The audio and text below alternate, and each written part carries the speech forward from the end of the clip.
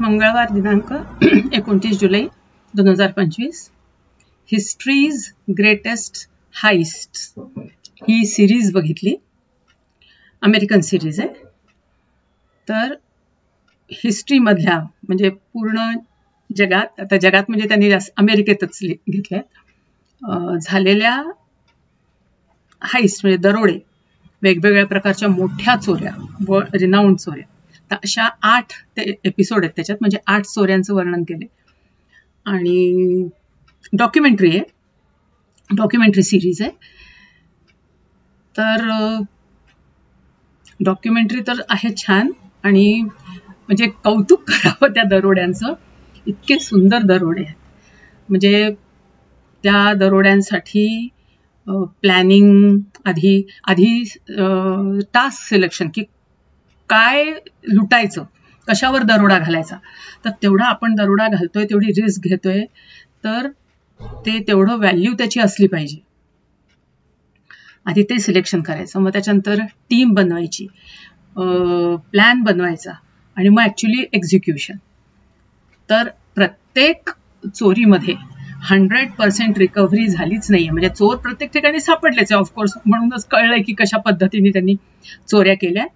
पण कुठंही म्हणजे कळायला मागमूस नाही. काय शेवटी म्हणजे जेव्हा जे पकडल्या गेले त्यांच्याच तोंडून त्या प्लॅनिंग त्यांची कळली आहे की कशा पद्धतीने त्यांनी चोऱ्या केल्यात. आणि माल कधीही 100% पूर्ण हाती लागला नाहीये पोलिसांच्या. तर अशाच आता प्रत्येक चोरीचं तर मी सांगणार नाही, पण म्हणजे पाहण्यासारखे. तर थोडंसं त्याच्यात त्यांनी रिपिटेशन सारखं केलंय. म्हणजे तो आधी सांगतो, मग ते दाखवलं जातं, मग परत कमिंग अप मध्ये थोडं दाखवतात. तर ते थोडंसं लेंदी वाटतं. बट अदरवाईज कसं एक्झिक्युशन करतात आणि कसं प्लॅनिंग करतात ते बघण्यासारखं आहे. तर त्याच्यातल्या आता काही चोऱ्या तर अशा आहेत की 1-2 चोऱ्या तर म्युझियम मध्ये आहेत. म्युझियम मध्ये एक पेंटिंग करताय, एक हिऱ्यान करताय, मौल्यवान हिरे, स्टार हिरे, आणि पेंटिंग्स करताय. नंतर जी व्हॅन कॅश इकडनं तिकडे घेऊन जात असते, तर त्याच्याकरता मध्ये एका ठिकाणी कॅश कलेक्शन सेंटर असतं. त्या कलेक्शन सेंटर वरचा दरोडा आहे.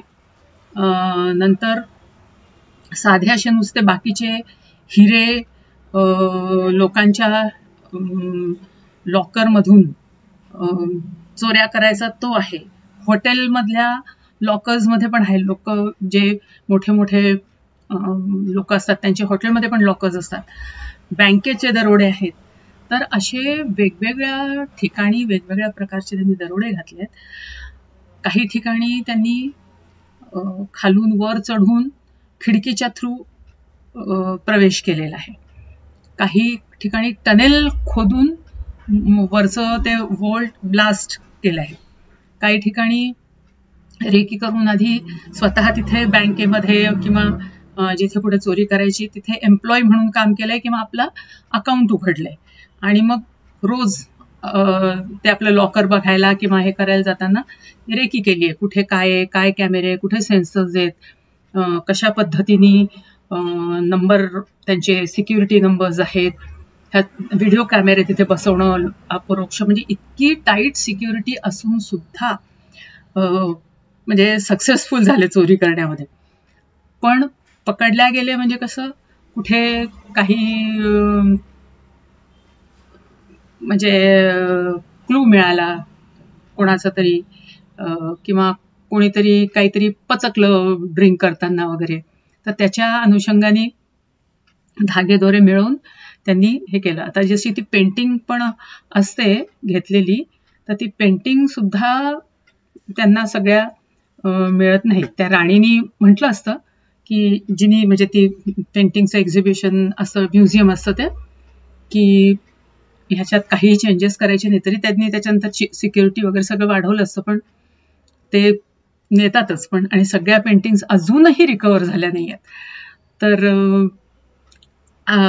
जे डायमंड्स आहेत किंवा जे गोल्ड ज्वेलरी, कॅश, हे सगळे जिथे कुठून लुटलं त्यांनी बँकेनी आणि सगळे बिलियन करोर्स मध्ये लुटालूट आहे. म्हणून त्या हिस्ट्रीची ग्रेटेस्ट हाइस्ट म्हणून त्याला नाव दिलेलं आहे. तर आता प्रत्येक एपिसोडचं वेगवेगळं आहे, तर मी काही अगदी वेगळं सगळ्याचं सांगत नाहीये, पण छान आहेत. म्हणजे फेमस हॉटेल्स, फेमस म्युझियम्स आणि फेमस प्लेसेस, आणि जिथे फेमस लोकांचे हे आहेत काय अकाउंट्स आहेत, लॉकर्स आहेत, तर अशा ठिकाणी केलेल्या चोऱ्यांची ती डॉक्यू सिरीज आहे. छान आहे, पाहण्यासारखी.